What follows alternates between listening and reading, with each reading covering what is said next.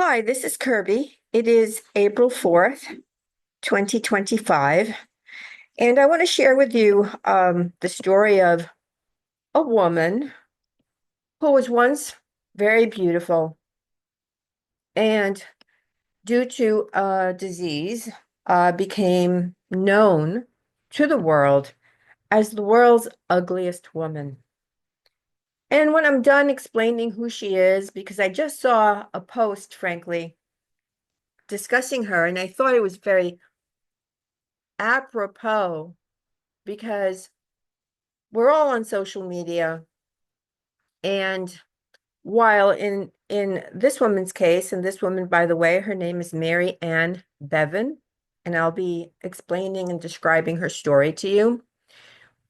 There is an interesting thing that's happened as a result of social media, and that is taking pleasure in the pain of others. And apparently, this is a real thing. I mean, this is a real thing that's happened not just with the advent of social media, but it is what kept people going to the circus, for example.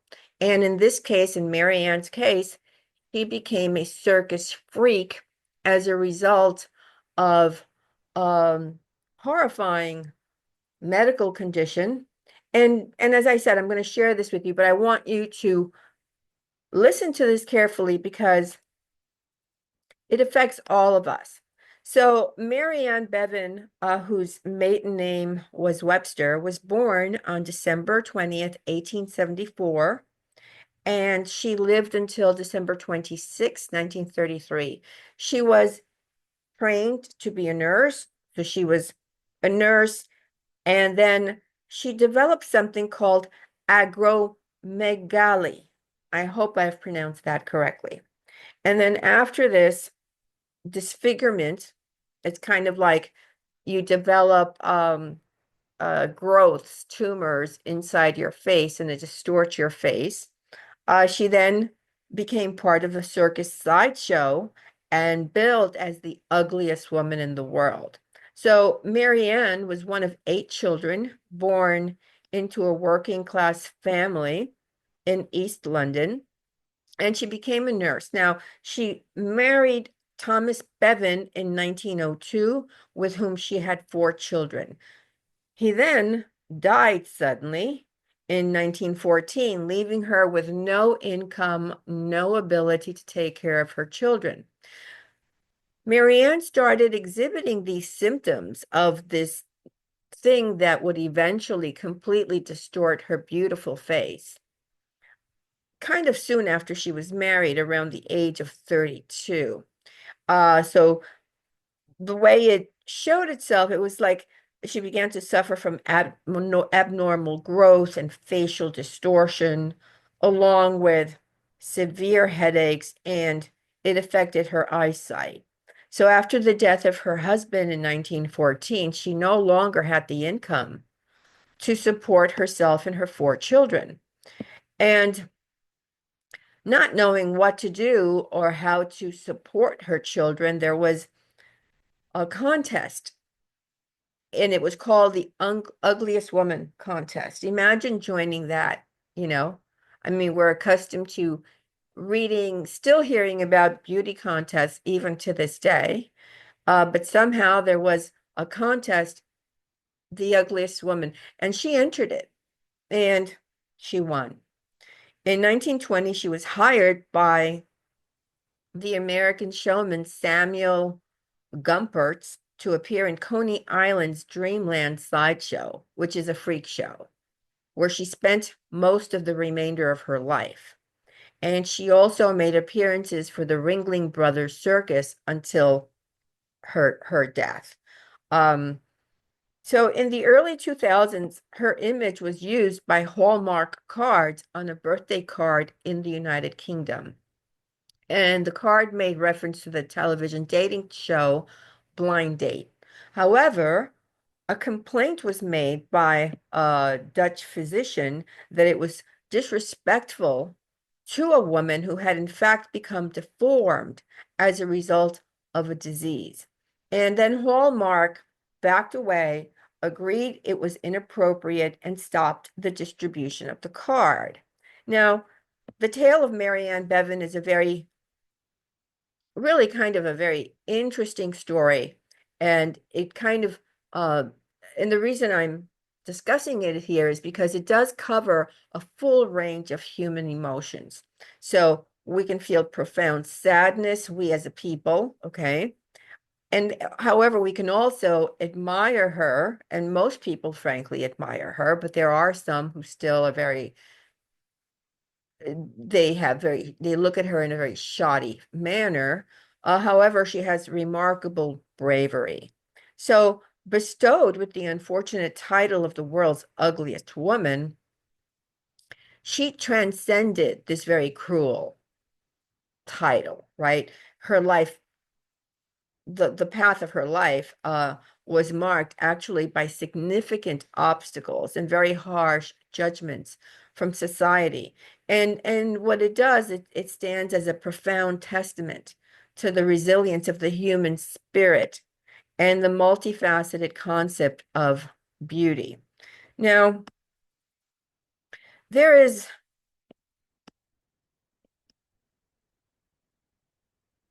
I've got a couple of notes here, so I'm just trying to see what so basically, I guess bottom line, she just was in a constant battle between being publicly mocked as opposed to what her inner, what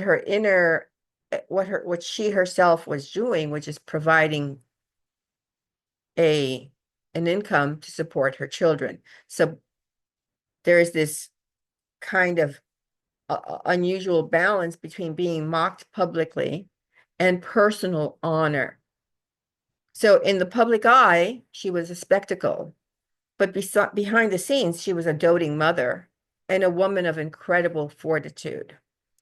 And her life, I think, serves as a really stark illustration of society's very superficial tendencies, which overlook the individual behind the exterior. So, what this explains about the human, let's say, the people who mocked her, there is something called, and I'm going to try to see if I can pronounce this, Schadenfreude. Schadenfreude. I may have messed that word up. But anyway, this is a pleasure or amusement in response to the misfortunes, pain, humiliation, or mistakes of other people. And it's a German word, obviously, and it doesn't have really a precise English equivalent.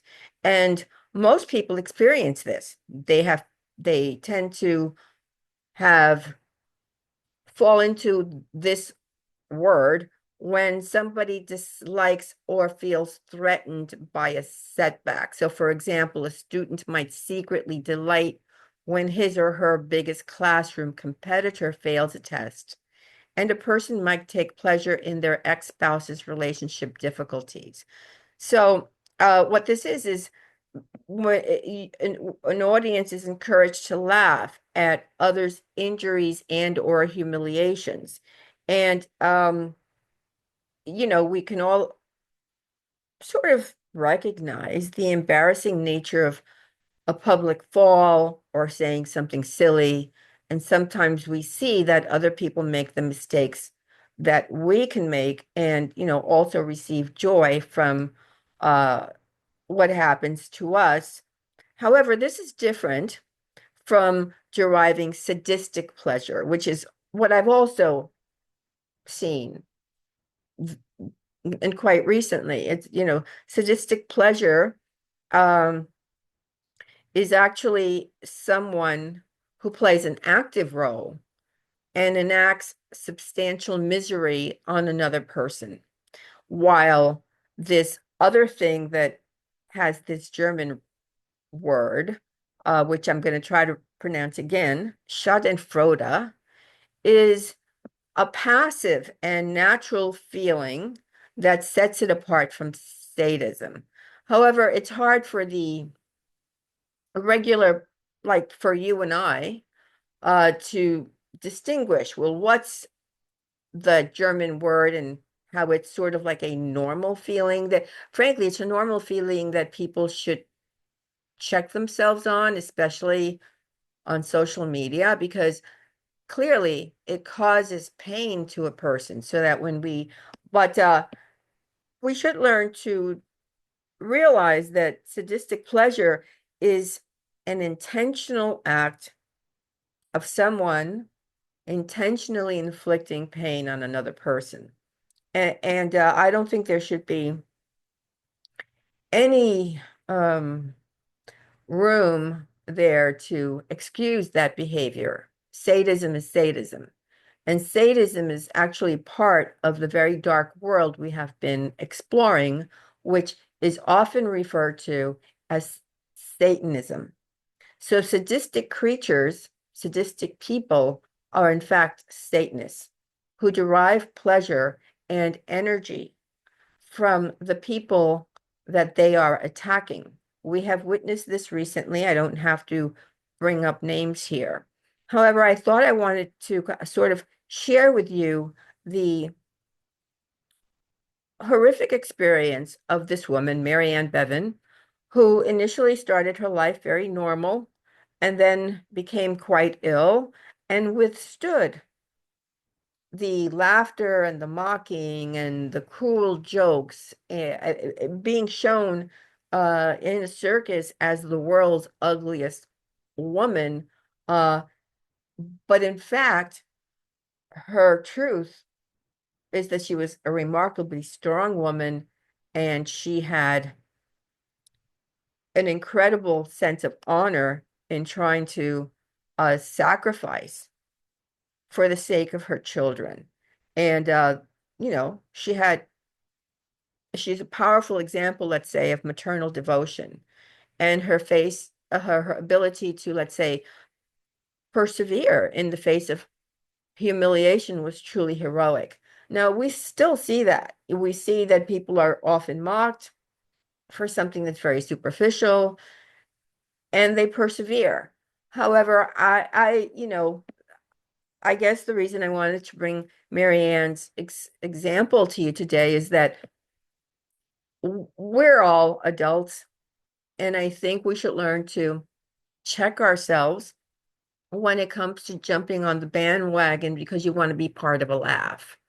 A laugh at somebody's expense is not a laugh worth having. It doesn't say much about one's personal, let's say, um, feeling of, because usually somebody laughs because of jealousy, right? So there's jealousy or there's a feeling of inadequacy, and it's like, oh, well, if I laugh at that person, what's going to make me feel better? No, it's going to make you look like a, the rest of and now we can call it trolls because we're talking specifically about what happens online. More people are apt to do this because number one, people are hiding behind screen names, and there's almost no way for you to be outed for this really bad behavior.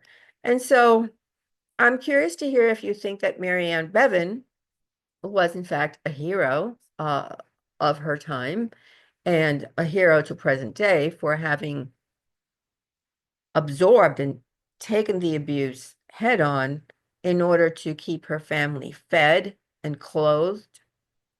And she did this until the day she died, and she stepped up and she just went ahead and did this. And she was remember, she was ill. So not only did she have these tumors growing out of her face, distorting her once beautiful face, which it's bad enough to have something bad happen to you if you're beautiful and you're accustomed to looking a certain way, and then suddenly you become known as the ugliest person on the planet.